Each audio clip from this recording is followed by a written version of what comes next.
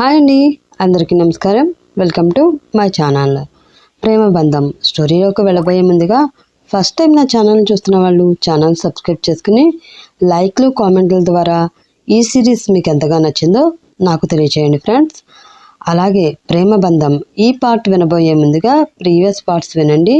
వినని వాళ్ళు అప్పుడే స్టోరీ మీకు క్లియర్గా ఉంటుంది. ఇంకా ఈ పార్ట్లోకి వెళ్ళిపోదాం. ప్రేమ బంధం పార్ట్ 14. అమర్ ఇచ్చిన డ్రెస్లో ఇబ్బంది పడుతున్న శ్రావణిని చూసి, బ్రదర్, తను ఈ డ్రెస్లో చాలా ఇబ్బంది పడుతుంది అని అంటాడు విశాల్. చూడండి బ్రదర్, తను నాకు కాబోయే భార్య. తన ఇష్టాలు ఇబ్బందులు అన్నీ నేను చూసుకుంటాను. ఇందులో మీకు సంబంధం లేదనుకుంటా అని కొంచెం హార్ష్గా అంటాడు అమర్. దాంతో విశాల్ అక్కడి నుంచి వెళ్ళిపోతాడు. శ్రావణి కూడా డ్రెస్ మార్చుకోవడానికి వెళుతుంది. అప్పుడే అమర్ ఫోన్కి ఒక మెసేజ్ వస్తుంది. ఆ మెసేజ్ చూసిన అమర్ పెదవులపై చిన్న చిరునవ్వు రావడంతో ఆ షాపింగ్ మాల్లోని ఉన్న 3rd ఫ్లోర్కి వెళతాడు. మను కూడా ఆ ఫ్లోర్లోనే షాపింగ్ చేయడంతో విశాల్ కూడా అక్కడే ఉంటాడు. అమర్ అటు ఇటు చూస్తూ తనని ఎవరూ చూడడం లేదు అని కన్ఫర్మ్ చేసుకుని ట్రయల్ రూమ్లోకి వెళతాడు. అది అమర్ వెనకాల ఉన్న విశాల్ చూసి, ఏంటి వీడు డ్రెస్ ఏమీ లేకుండానే ట్రయల్ రూమ్లోకి వెళ్ళాడు అని ఏదో డౌట్ రావడంతో పక్కనే అటాచ్ అయి ఉన్న మరో ట్రయల్ రూమ్లోకి డ్రెస్ తీసుకుని వెళతాడు. పక్క రూమ్లో అమర్ని ముద్దుల్లో ఉన్న టేస్ట్ నాకు మరీ ఎక్కడ దొరకదు బేబీ అని మత్తుగా అంటాడు. అందుకనే నన్ను కాదని ఆ ముద్దపప్పుని పెళ్లి చేసుకుంటున్నావు అని ఒక మత్తైన అమ్మాయి గొంతు వినిపిస్తూ ఉంది. తప్పులేదు బేబీ, ఏం చేస్తాను చెప్పు, బిజినెస్ కోసం చేసుకోవాల్సి వచ్చింది. అయినా అది ముద్దపప్పు ఏంటి, దానికి ఎంత ఫాలోయింగ్ ఉందో నీకేం తెలుసు అని అన్నాడు అమర్. ఏంటి, నిజమా? మరి అలాంటి అమ్మాయిని నువ్వు పెళ్లి చేసుకోవడం ఏంటి అమర్ అని అంది ఆ అమ్మాయి. ఏం చేయాలి చెప్పు, దాని అందమే మన పెట్టుబడి. నీకు తెలుసు కదా, బిజినెస్లో డీల్ కుదరాలి అంటే దేన్ని ఎరగా చూపాలో ఆ ఎరే ఈ శ్రావణి. ఒక్కసారి దాంతో పెళ్ళైతే అది కుక్కలా మన కాళ్ళ కింద పడి ఉంటుంది అని అన్నాడు అమర్. అవునా, కానీ శ్రావణి అలాంటి అమ్మాయి అని నాకు అనిపించట్లేదు. తను అందుకు ఒప్పుకుంటుందా అని అనుమానంగా అడుగుతుంది ఆ అమ్మాయి. ఒప్పుకోకపోవడానికి అదేమీ పెద్ద పతివ్రత కాదు. ఆల్రెడీ ఆ విశాల్ గాడితో దానికి అన్నీ అయిపోయాయి అని అంటాడు అమర్. ఆ మాటలు అన్నీ పక్క రూమ్లో ఉండి వింటున్న విశాల్ పిడికిలి కోపంతో బిగుసుకుంది. వెంటనే ఆవేశంగా బయటికి వచ్చాడు. కానీ అప్పటికే అమర్ కిందకి వెళ్ళిపోయాడు. అది చూసి అమర్ నిజస్వరూపం తెలుసుకున్న విశాల్ ఆ విషయం శ్రావణితో చెప్దామని వెళుతున్నాడు. అతను వెనకాలే తను సెలెక్ట్ చేసుకున్న డ్రెస్లన్నీ తీసుకుని వచ్చింది మను. షాపింగ్ అయిపోయిందా మను అడుగుతుంది శ్రావణి. అయిపోయింది శ్రావణి, నీదైపోయిందా అని అడిగింది మనస్విని.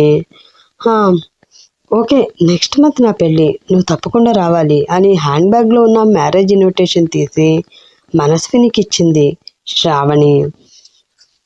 తప్పకుండా శ్రావణి, ఎలాగో విశాల్ వస్తాడు కదా, విశాల్తో నేను కూడా వస్తాను అని విశాల్ చేతిని తన చేతితో చుట్టేస్తూ అంది మనస్విని. అది చూసిన శ్రావణి, నువ్వు మాత్రం రాకు విశాల్, నువ్వు వస్తే నేను చూస్తూ వేరే వాడితో నేను పెళ్లి పెట్టి లెక్కలేను, ఆ తాళి కట్టించుకోలేను అని మనసులో అనుకుంటూ, సరే ఇంకా వెళ్తాము అని అంటుంది శ్రావణి. ఒక్క నిమిషం శ్రావణి, నీతో మాట్లాడాలి అని అంటాడు విశాల్. అప్పుడే అక్కడికి వచ్చిన అమర్, విశాల్, మాకు పెళ్లి షాపింగ్ చాలా ఉంది, మేము వెళ్ళాలి, లేట్ అవుతుంది, మీరు తర్వాత మాట్లాడుకోండి ప్లీజ్ అని అంటాడు. అది కాదు అని అంటున్న విశాల్తో ఇక్కడ మాట్లాడుతూ ఉంటే అక్కడ పనులు ఆగిపోతాయి, నువ్వు ఇంకెప్పుడైనా మాట్లాడుకుందాం, ఇప్పుడు మేము వెళ్ళాలి విశాల్, బాయ్ అని చెప్పి విశాల్తో మాట్లాడే ధైర్యం చేయలేక అక్కడి నుంచి వెళ్ళిపోతుంది శ్రావణి. వెళ్ళిపోతున్న శ్రావణిని చూస్తూ ఇరిటేట్గా పక్కకు చూసిన విశాల్కి అక్కడ శ్రావణి ఎంతో ఇష్టంగా చూసిన బ్లూ కలర్ శారీ కనిపిస్తుంది. దాంతో విశాల్ సేల్స్ గర్ల్స్ని పిలిచి ఆ శారీ కూడా ప్యాక్ చేయండి అని చెప్తాడు. డల్గా ఇంటికి వచ్చిన విశాల్ని చూసిన అమల, ఏ కన్నా ఆఫీస్లో వర్క్ ఎక్కువగా ఉందా అని అడుగుతుంది. అబ్బే అదేం లేదు మమ్మీ, కొత్త కదా అని డాడీ కూడా ఎక్కువ వర్క్ ఇవ్వడం లేదులే అని అన్నాడు విశాల్. మరి ఏంటి కన్నా అలా ఉన్నావు, నువ్వెప్పుడు ఇంత డల్గా ఉండవు కదరా అని అంది అమల. శ్రావణి గురించి ఆలోచిస్తున్నాను మమ్మీ. డాడీ అన్నట్లు అమర్ అసలు మంచివాడు కాదు, తనకి వాడు సూట్ అవడు.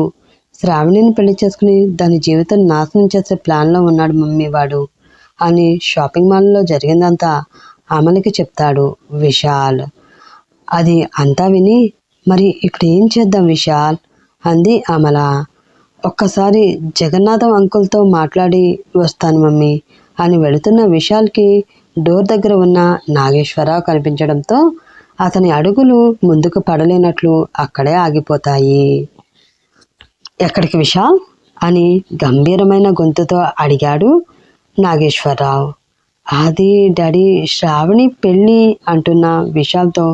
స్టాప్ ఇట్ విశాల్, నీకు ఆల్రెడీ చెప్పాను శ్రావణికి దూరంగా ఉండాలి అని. అయినా ఆ ఇంటికి వెళ్ళడానికి రెడీ అయ్యావు అంటే ఏమనుకోవాలి నిన్ను? నీకు నా మాట అంటే లెక్కలేదా అని గట్టిగా అరిచాడు నాగేశ్వరరావు. అయ్యో అది కాదు డాడ్, ఆ అమర్ అని అంటున్న విశాల్తో. నాకు తెలుసు విశాల్, నేను చాలా రకాలుగా జగన్నాథానికి చెప్పాలని చూశాను, కానీ ప్రయోజనం లేదు. నాకు శ్రావణిని తలుచుకుంటే బాధగా అనిపిస్తుంది, కానీ ఏం చేస్తాను చెప్పు. నీకు శ్రావణికి పెళ్లి చేసి శ్రావణి ఆస్తంతా మనమే కొట్టేయాలని ప్లాన్ చేస్తున్నామంటూ మన మీద నిందలు వేస్తున్నాడు ఆ జగన్నాథం. ఇప్పుడు నువ్వు వెళ్ళి అమర్ గురించి చెప్పినా అదే మాట అంటాడు తప్ప వాడు దుర్మార్గుడని అస్సలు నమ్మడు, ఈ పెళ్ళి ఆపడు. కాబట్టి మనం నోరు మూసుకుని ఉండడం మంచిది. తండ్రి అని ఏమన్నా గౌరవం నా మీద నీకుంటే నా మాట విని లోపలికి వెళ్ళు, లేకపోతే నీ ఇష్టం అని అన్నాడు నాగేశ్వరరావు.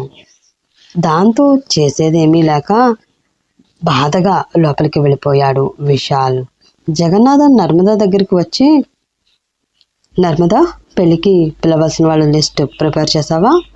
నువ్వు కూడా ఒకసారి చూసి ఎవరైనా మర్చిపోయారేమో నీకు గుర్తు వస్తే యాడ్ చేయి అని తన చేతిలో ఉన్న లిస్ట్ని నర్మదకి ఇస్తూ చెప్పాడు జగన్నాథం.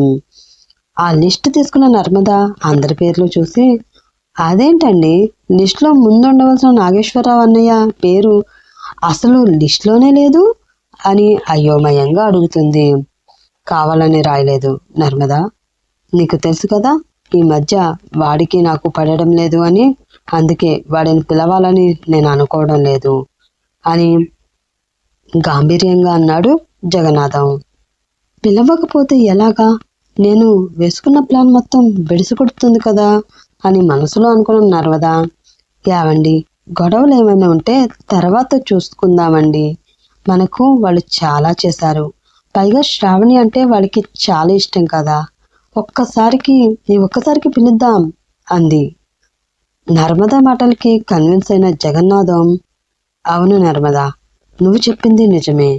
నా కూతురికి ఎంత గొప్ప సంబంధం తెచ్చి ఎంత ఘనంగా పెళ్లి చేస్తున్నానో వాడికి తెలియాలి కదా, అందుకైనా సరే వాడిని పిలుద్దాం. శుభలేఖల్లో ఫస్ట్ పేరు వాడి పేరే రాయి, ఇద్దరం కలిసి వెళ్ళి ఇచ్చివద్దాం అని అన్నాడు జగన్నాథం. అమ్మయ్య చివరికి ఒప్పుకున్నాడు, అది చాలు అని మనసులో అనుకున్న నర్మద ఈ తింగరది ఎక్కడ చచ్చిందో అనుకుంటూ శిశిరని వెతుక్కుంటూ వెళ్ళింది.